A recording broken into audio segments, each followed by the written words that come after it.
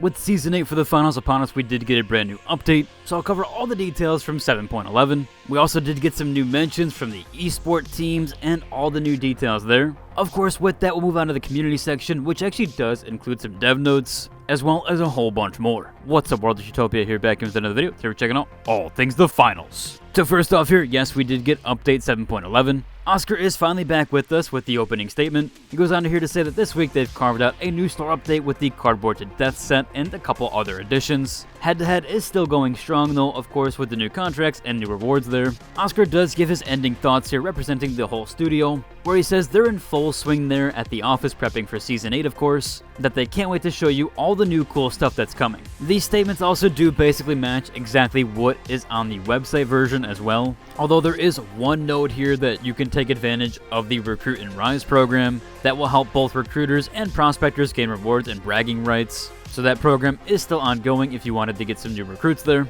Or yes, Oscar also did mention the store update, where the first one here is cardboarded, and it is a full set of cardboard. There's also an emote with this one as well. They mentioned that they're never out of ideas, but that they might have been out of materials. Of course, they couldn't leave that set alone. They also do have the folded line, which is a full cardboard makeover for the lever action rifle. Two more sets here actually do round this out, the Havoc Rose Bunch. This one kind of gives off the Borderlands aesthetic and cel-shaded aesthetic there, which includes the 9.3R, the FAMAS, and the KS23. For the melee users out here, we do have some new dual blades, and that is called the 8-bit blade set, obviously reminiscent of some Minecraft swords here. These things look super cool. If I was rocking dual blades, I would definitely snag these up. With this store update, I covered this last week, but they still have that sale ongoing right now. These do range from 48% to around 57% off for some of these sets here. You can check those out here: Discent Capacitor, Hazard Duty Set, Gearhead, as well as a few others. So if you do want to snag those up, I would do so. They only have a week left.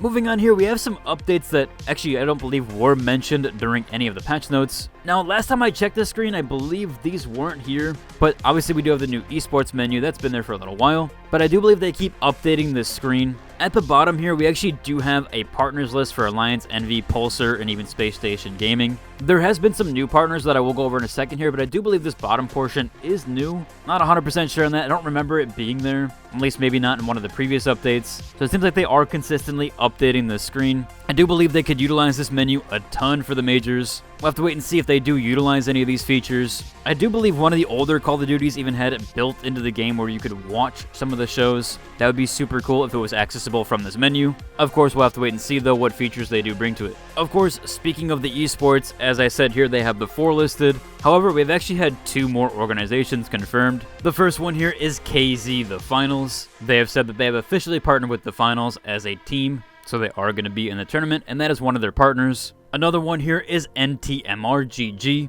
which is short for Nightmare. They are renowned, it seems like, for a few other games as well. Now, as far as I can see, they don't have a post officially about joining the finals, at least that I can tell. They have been in many previous tournaments, though, and they also did make a post about having a finals bundle.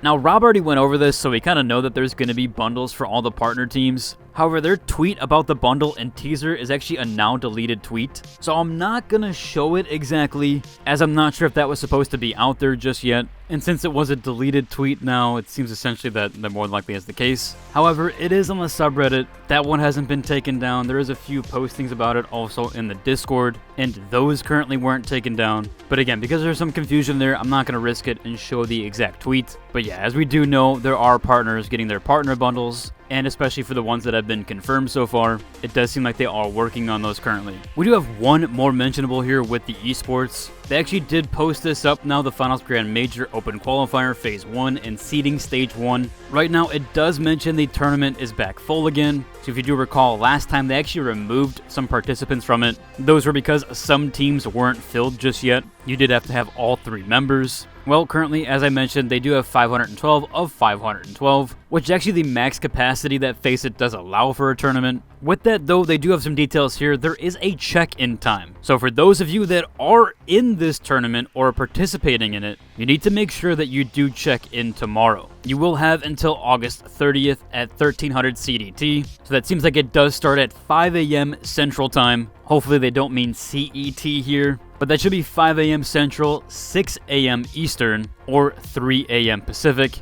where that does last a little over 1 day to August 30th, and that will go till 1 p.m. Central Time, 2 p.m. Eastern, and 11 a.m. Pacific. That is 1 hour before the tournament starts. So they're literally giving you up until an hour before the tournament actually does start here to actually check in with your team. Again, I have a video detailing all this, how the open qualifiers is going to work with the seeds and the heats. If you want to check that out, you can do so, and I'll leave a link to it down below. But yeah, if you are entered in this tournament, make sure you do check in between tomorrow and the 30th. Otherwise, it seems like you'll probably be disqualified. Jumping over here, we do have our community mentionables. This first one I've talked about previously, and I do believe it was Embark Caroline that actually did answer this. But someone on the Twitter did ask here, how can I be an Embark creator? And again, they did link to the creator program. I'll leave a link to it down below if you actually do want to apply. We did go over this already though. They've already sent out their Wave 1 invites. So if you haven't got an email or invited with Wave 1, you did miss out on that one. However, they do mention there's going to be future waves, and I imagine they'll probably have a Wave 2 here sometime soon.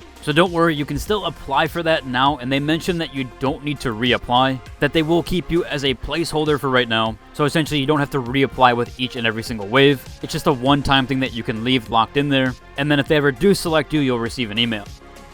Speaking of other official news here, they have gone ahead and put this out saying, hey contestants, we have temporarily closed down their merch store. That's while they do some tidying up, and they do mention they'll be back in September. As we did go over previously with our update videos, they did mention they want to revamp the store. Seems like we'll get some additional things there. They might even bring the plushies back. I know those were mentioned. So those of you that missed out on the first wave of plushies, you will, it seems like, have another chance to get that. They're also dropping that limited time, limited stock mouse. That's going to coincide with the majors. Not exactly sure if that's going to come out with this store update, or if that's something they're going to bring closer to the grand majors. Since we do have the majors starting right now, at least the open qualifiers, might assume that it actually might be there on the merch store. So again, do look out for that. I'll keep you guys updated though, just in case. I'll try to get that video out to you guys as quickly as possible. I'll make sure that I stay super up to date with their merch store and when that does drop. Last time I put out a video, the plushies sold out within a few hours after I put it out. So if you do want to keep up to date with that, make sure you're following the channel so that you get that notification early. We have one other last official news here. This one actually comes from the finals over on the Steam page as well as the Google page. Fans have pointed out that it used to sit at a 7 out of 10, but now has jumped to a 9 out of 10. And it also went to a very positive on Steam. So with recent players and the recent influx of streamers playing it, it has actually increased in its rating. Really, really good to see there overall. And it's nice to see the huge jump up from where it was. There's also one other last mention here. This person has discovered some new tech with Goo again, and he has created what is called the Heavy Super Jump. I wasn't able to get this one to work. It seems like you might need a little bit of a lower frame rate. Probably could have done some more testing there. But he does mention you basically have to trap yourself in 2 goos and then jump at the correct time when those 2 goos are destroyed, while also placing 2 other goos below you that will essentially allow you to super jump. Again, it seems like the timing can be finicky with this one. I'll include a link to the Reddit post down below so you can check it out though. Last up here, of course, we do have those mentionables from my community, where we check out the star models page from my Discord. This first one here comes from Gamer Turtle, who has a nice CNS outfit here, using the combination from the sponsored track as well as the TV helmet from the new Battle Pass. Of course, that's the ultimate version of it to kind of coincide with the colors. Looks actually pretty good there, and I think it even works with the blues.